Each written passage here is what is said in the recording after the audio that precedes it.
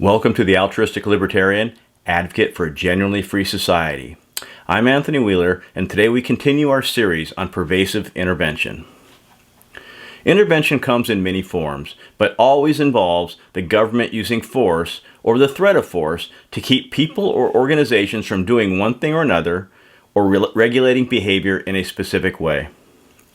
In Western democracies, various forms of taxation usually provide the government with the financial means to foster one form of investment over another, roads and highways, for instance, over rail, redistribute income from one group to another via Social Security, welfare, unemployment, fund national defense and federal law enforcement, U.S. Army, FBI, CIA, NSA, and support regulatory bodies, FDA, EPA. Socialist and/or communist societies push this intervention further, often eliminating private ownership and directly determining specific life choices such as employment and education. Marx provides the classic summary. Quote, "In this sense, the theory of the communists may be summed up in a single sentence: abolish private property." Unquote. After acknowledging the productivity of existing regimes, and I quote again, "The bourgeoisie, during its rule of scarce 100 years, has created more massive and more colossal productive forces than have all preceding generations together." Unquote. Marx goes on to lay out the vision, including the material increase in production. Quote, "The proletariat will use its political supremacy to wrest by degrees all capital from the bourgeoisie, to centralize all instruments of production in the hands of the state, i.e., of the proletariat organized as the ruling class, and to increase the total of productive forces as rapidly as possible." Unquote. Marx, and many socialists after him, assumed that taking over the government and intervening at every social level would increase material production and improve the quality of life. This bears repeating. Until recently, every leftist political theorist asserted that a socialist regime would accelerate material production and provide the nation's citizens with greater material benefits and correspondingly a better life. Marcuse provides an example of such thinking. Quote, "Technical progress would make for continued increases in the standard of living and for continued liberalization of controls. The nationalized economy could exploit the productivity of labor and capital without structural resistance, while considerably reducing working hours and augmenting the comforts of life. And it could accomplish all this without abandoning the hold of total administration over the people." Unquote. It's odd that Marcuse believes that the nationalized economy would increase the standard of living while reducing working hours. Such an economy would require continued improvements in productivity, improvements that require proper investment and effective management. Socialist economies simply do not possess the expertise, the information, or the motivation to deliver such continuous improvements. The assumption of improved economic performance under socialism has always been theoretically suspect and now stands as historically disproven. No socialist economy at any point in human history has outperformed its free market counterpart. Just consider East and West Germany, for instance, or take North and South Korea. The differences are stark and unmistakable. Consider this image taken of the Korean peninsula at night. George Orwell offers another socialistic view, one that repeats leftist economic miscalculations and lists the conditions and the cost of improving humanity's quality of life. Quote, "If you want a high standard of living, you must have a complex industrial society. But that implies planning, organization, and coercion. In other words, it implies the state with its prisons, its police forces, and its inevitable wars." Unquote. He is correct in asserting the need for complex industrial society to create and maintain our favored standard of living, yet incorrect on the basis for the effective operation of a complex industrial society. The genius of the free market, and the genuinely free society in general, is the lack of coercion required to manage complex markets, institutions, and technologies. What an effective, complex, industrial society requires is the free interaction of educated, motivated, and thinking participants. As Hayek writes, and I quote, "Far from being appropriate only to comparatively simple conditions, it is a very complexity of the division of labor under modern conditions which makes competition the only method by which such coordination can be adequately brought about. There would be no difficulty about efficient control or planning were conditions so simple that a single person or board could effectively survey all the relevant facts. It is only as the factors which have to be taken into account become so numerous that it is impossible to gain a synoptic view of them that decentralization becomes imperative." Unquote. What needs to be emphasized is the essential commonalities of all government intervention. The only difference between governments and private institutions is the ability of the former to wield or threaten to wield violent force. All laws, taxation, regulation, management, and ownership directed by the government faces the same real-world circumstances as any human endeavor, any commercial or private institution. All human, social, and natural laws necessarily apply. George Orwell provides a nice summary consistent with Marxism. Quote, "Socialism is usually defined as common ownership of the means of production. Crudely, the state, representing the whole nation, owns everything, and everyone is a state employee." Unquote. One of the key implications of state ownership is the need for planning. Instead of a market determining levels of production and how goods and services will be distributed, central planners decide where, when, and how much of one thing or another gets produced, and how those products and services get distributed, and to whom. This marks perhaps the fundamental economic flaw in Marxist and all socialist theory, as the lack of a market and the prices that a market creates means that planners do not have the information necessary to make competent decisions. Quote, "In any social order, even under socialism, it can very easily be decided which kind and what number of consumption goods should be produced. No one has ever denied this. But once this decision has been made, there still remains the problem of ascertaining how the existing means of production can be used most effectively to produce these goods in question. In order to solve this problem, it is necessary that there should be economic calculation.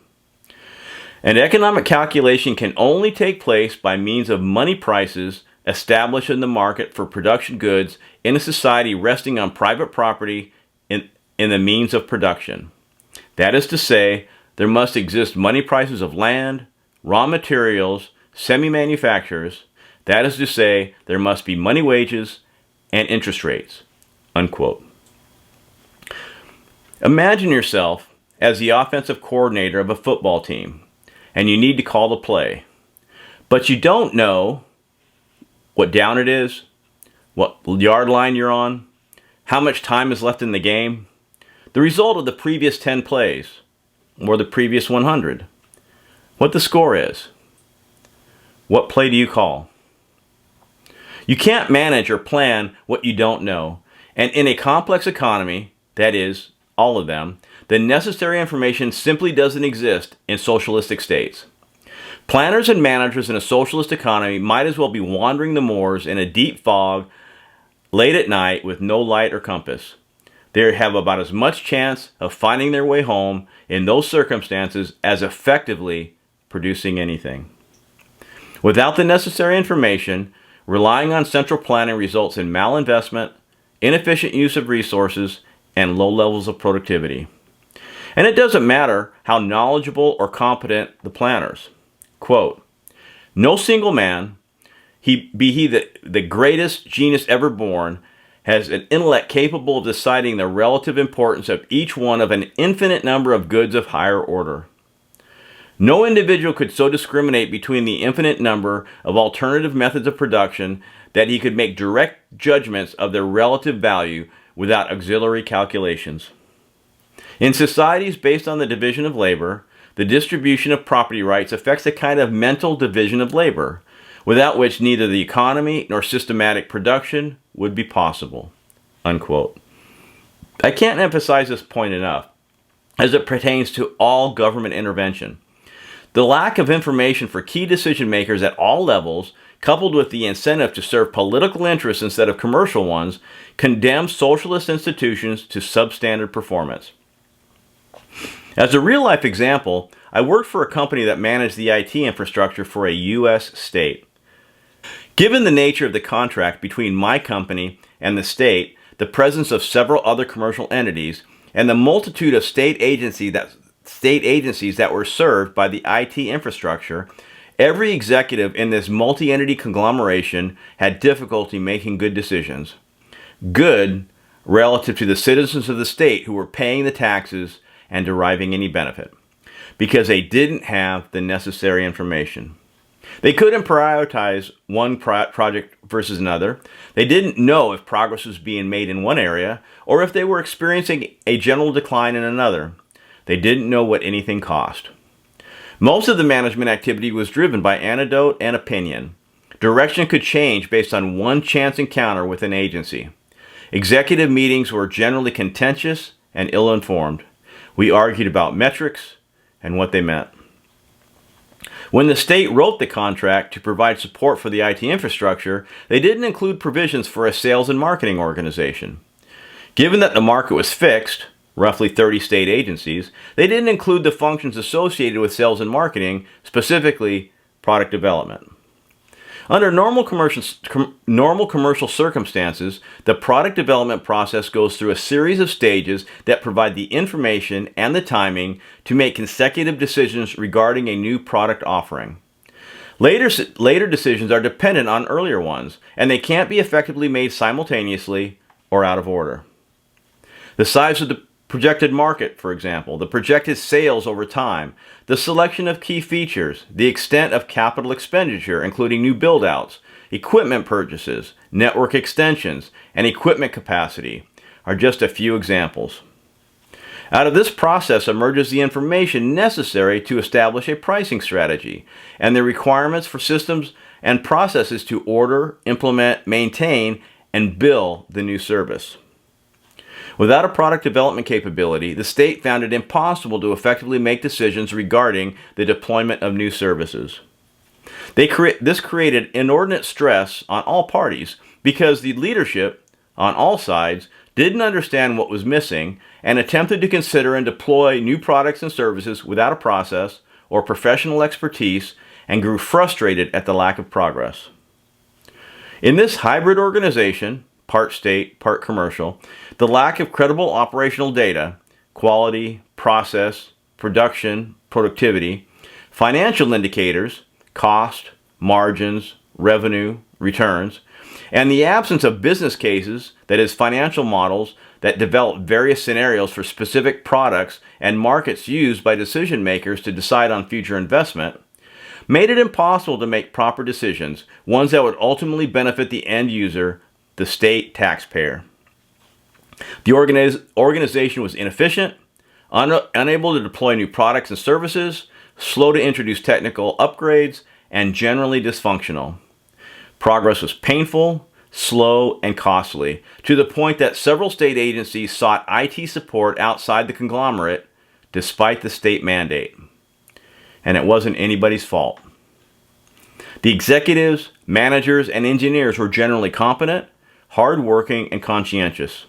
The fault lies in the structure of the contracts, the incentives and damages largely unrelated to genuine business performance, the political nature of the environment, the criteria for management decisions based more on somebody's opinion than sound operational criteria, and the lack of any alternatives. The state agencies were captive customers. In that situation, it is impossible to operate at minimally acceptable commercial standards, ones that would provide any decent return for the state's ongoing and perpetual investment. One might argue that poorly managed companies are common, perhaps even the norm. Many people have experienced dysfunction in the workplace and often wonder how their employer stays in business. But in every case within a private institution, executives know the basic criteria for success, even if they have struggled to achieve it. It's true that executives appear to be utter fools by those doing the work, and especially to those who directly serve the customer. Sometimes they are, utter fools that is. Most often, however, employees simply don't possess the full context of the business or what the executives are attempting to balance. Cost versus quality, for example. Retention versus benefit levels. Product mix versus market share. Capital structure versus long-term investment. In any case, companies that are perpetually poorly managed eventually cease to exist. Marcuse points to another significant weakness in socialistic societies when he writes, and I quote, "Distribution of the necessities of life regardless of work performance, reduction of working time to a minimum, universal all-sided education towards exchangeability of functions, these are the preconditions but not the contents of self-determination." Unquote. What Marcuse describes is an ant farm, not a proper society, not a proper human society. For those interested in reading an informed, fictional account of such a society, consider the story of 20th Century Motor Company in Ayn Rand's Atlas Shrugged. I quote, "Well, there was something that happened at the plant where I worked for 20 years. It was when the old man died and his heirs took over. There were 3 of them, 2 sons and a daughter, and they brought a new plan to run the factory. They let us vote on it too, and everybody, almost everybody, voted for it. We didn't know. We thought it was good. No, that's not true either. We thought that we were supposed to think it was good. The plan was that everybody in the factory would work according to his ability, but would be paid according to his need." Unquote. The story goes on for several pages as Rand's analysis unfolds in this fictional thought experiment, one lived by too many people in recent history. China called it the Iron Rice Bowl, where people were guaranteed job security as well as steady income and benefits.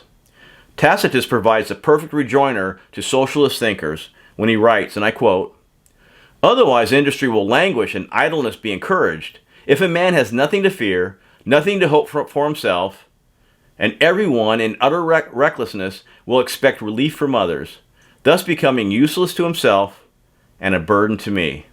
Unquote. Well, that concludes our show for today. We will continue our discussion of intervention next time. Until then, peace.